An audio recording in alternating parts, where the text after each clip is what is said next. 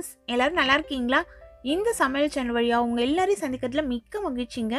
சிம்பிளான சமையல், எக்ஸலண்டான டேஸ்ட்ல வரணும்னா நம்ம சேனலை தொடர்ந்து பாருங்க. உங்களோட கருத்துக்களை கமெண்ட் செக்ஷன்ல போஸ்ட் பண்ண மறக்காதீங்க. வாங்க கிச்சனுக்கு போகலாம், சுவையா ஆரோக்கியமா சமைக்கலாம்.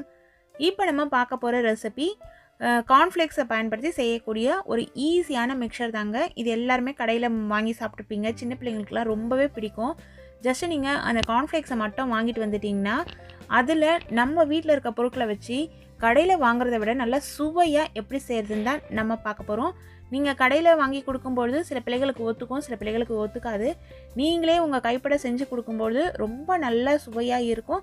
அதோடு நீங்கள் இதை ஒரு 15 days வரைக்கும் ஏர்டைட் கண்டெய்னரில் ஸ்டோர் பண்ணி வச்சுக்கலாம். அதாவது ரூம் டெம்பரேச்சர்லேயே. நீங்கள் ரெஃப்ரிஜிரேட்டரில் வச்சு ஸ்டோர் பண்ணுற மாதிரி இருந்ததுன்னா ஒரு பெரிய கண்டெய்னரில் நிறைய பொரிச்சு சேர்த்து வச்சிட்டிங்கன்னா 1 month வரைக்கும் கூட நம்ம வச்சு யூஸ் பண்ணிக்கலாம். இப்போ இந்த கார்ன்ஃப்ளேக்ஸ் மிக்சர் எப்படி செய்யுதுன்னு பார்க்கலாம் வாங்க. இப்போ நம்ம பார்த்துட்ருக்க இந்த கார்ன் சிப்ஸு, இது எல்லா மளிகை கடையிலையுமே கிடைக்கும். ரொம்ப ஈஸியாக கிடைக்கக்கூடிய ஒரு பொருள் தான்.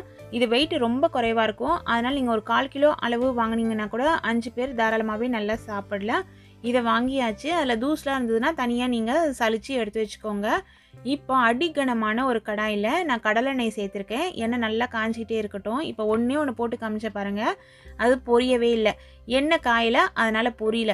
இது போல் ஒரே ஒரு பீஸ் நீங்கள் போட்டு பார்த்துட்டு நீங்கள் போட்ட உடனேயே அது மேலே எழும்பி வருதா அப்படிங்கிறத செக் பண்ணிட்டு தான் நீங்கள் பொரிக்கணும்.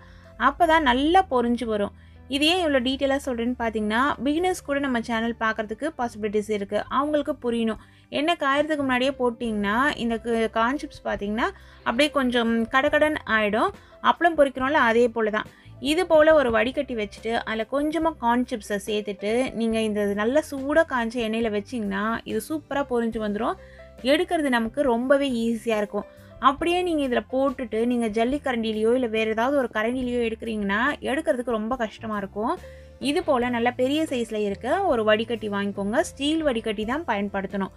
அதில் சும்மா ஒரு கைப்பிடி அளவு கார்ன் சிப்ஸ் நீங்கள் போட்டு ஒரு பேட்சஸாக பொரிச்சு எடுத்து ஒரு அகலமான ஒரு பவுலில் சேர்த்து வச்சுக்கோங்க. இது போல் நான் நல்லா பொரிச்சிட்டேன். இது கலரும் மாறக்கூடாது, ஆனால் நல்லா பொரிஞ்சு வரணும்.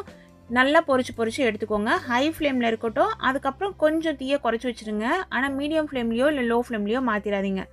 சூப்பராக இந்த கார்ன் சிப்ஸ் எல்லாம் பொரிஞ்சு வந்துட்டுருக்கு. இதே போல் ஒவ்வொரு பொருளாக பொரிச்சு எடுத்து நம்ம சேர்த்துக்கலாம். எண்ணெய் நல்லா காஞ்சிட்டே இருக்குது. இப்போ தீயை நல்லா குறைச்சிட்டேன். அதாவது மீடியம் ஃப்ளேம்லேருந்து இன்னும் கொஞ்சம் குறைச்சிட்டேன். நல்லா 3 கைப்பிடி அளவு காஞ்ச வேர்க்கடலை வாங்கி அந்த காஞ்ச வேர்க்கடலையும் இதே போல் பொரிச்சு நம்ம எடுத்துக்கிறோம். அதுக்கு அடுத்தது 2 கைப்பிடி அளவுக்கு உடைச்ச கடலை. இதெல்லாம் நம்மளோட விருப்பப்படி கூடுதலாகவோ இல்லை குறைவாகவோ சேர்த்துக்கலாம்.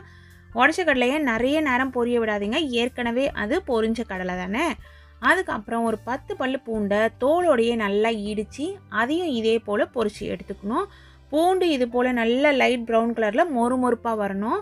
அதுக்கு அடுத்தது ரொம்ப முக்கியமானது என்னென்னு பார்த்தீங்கன்னா கருவேப்பிலையை கடையிலேருந்து வாங்கிட்டு வந்து நல்லா வாஷ் பண்ணிவிட்டு உருவி ஈரம் போக நிழல் உலத்தில் கொஞ்சம் உலர்த்திட்டு அதுக்கப்புறம் இதில் சேருங்க. இல்லைனா சடசடன்னு வெளியே தெறிக்க ஆரம்பிக்கும். இது எல்லாத்தையும் ஒரு பெரிய பவுலில் நம்ம சேர்த்து வச்சாச்சு. இதில் நீங்கள் கூடுதலாக முந்திரி பருப்பு, பாதாம் பருப்பு, சாரப்பருப்பு இது எல்லாமே கூட நீங்கள் சேர்த்துக்கலாம். இப்போது நம்ம எடுத்திருக்க அளவுக்கு ஏற்ற மாதிரி தூளுப்பு சேர்த்துக்கோங்க. நான் இன்றைக்கி ஒரு 1/4 டேபிள் ஸ்பூனுக்கு கொஞ்சம் அதிகமாக சேர்த்தேன். அதுக்கு அடுத்தது காரத்துக்கு தனி மிளகாய் தூள். இதுவும் நம்மளோட விருப்பப்படி சேர்த்துக்கலாம். சிலர் காரம் குறைவாக சாப்பிடுவீங்க, அதிகமாக சாப்பிடுவீங்க. அதுக்கேற்ற மாதிரி சேர்த்துக்கிட்டு இது எல்லாத்தையும் இது போல் நல்லா கலந்து கொடுங்க. இல்லை நீங்கள் கரண்டி வச்சு கலக்கிற மாதிரி இருந்தால் கூட கலந்துக்கலாம். உங்களோட விருப்பப்படி இதை நல்லா கலந்துட்டு இது எல்லாம் நல்லா ஆறணும். ஆறின பிறகு ஏர்டைட் கண்டெய்னரில் எடுத்து வச்சிட்டிங்கன்னா ரொம்ப சூப்பராக மொறுமொறுப்பான சுவையான கார்ன்ஃப்ளேக்ஸ் மிக்சர் ரெடி ஆகிடுங்க. இதே மெத்தடில் நீங்கள் இதை செஞ்சு டேஸ்ட் பண்ணி பாருங்கள். உண்மையிலே சூப்பராக இருக்கும். இந்த மிக்சரை இதே அளவுகளில் பக்குவம் மாறாமல் செய்யுங்க. டேஸ்ட்டு வேறு லெவலில் இருக்குங்க. இது போல் நல்ல ரெசிபிஸ் தெரிஞ்சுக்கணுன்னா நம்ம சேனலை தொடர்ந்து பாருங்கள். சுவையாக சமைச்சு சாப்பிட்டுட்டு மகிழ்ச்சியாக வாழுங்க. சுவையாகவும் இருக்கணும், ஆரோக்கியமாகவும் இருக்கணும்னா நம்ம சேனலை பார்த்து சமைங்க. Thank you friends.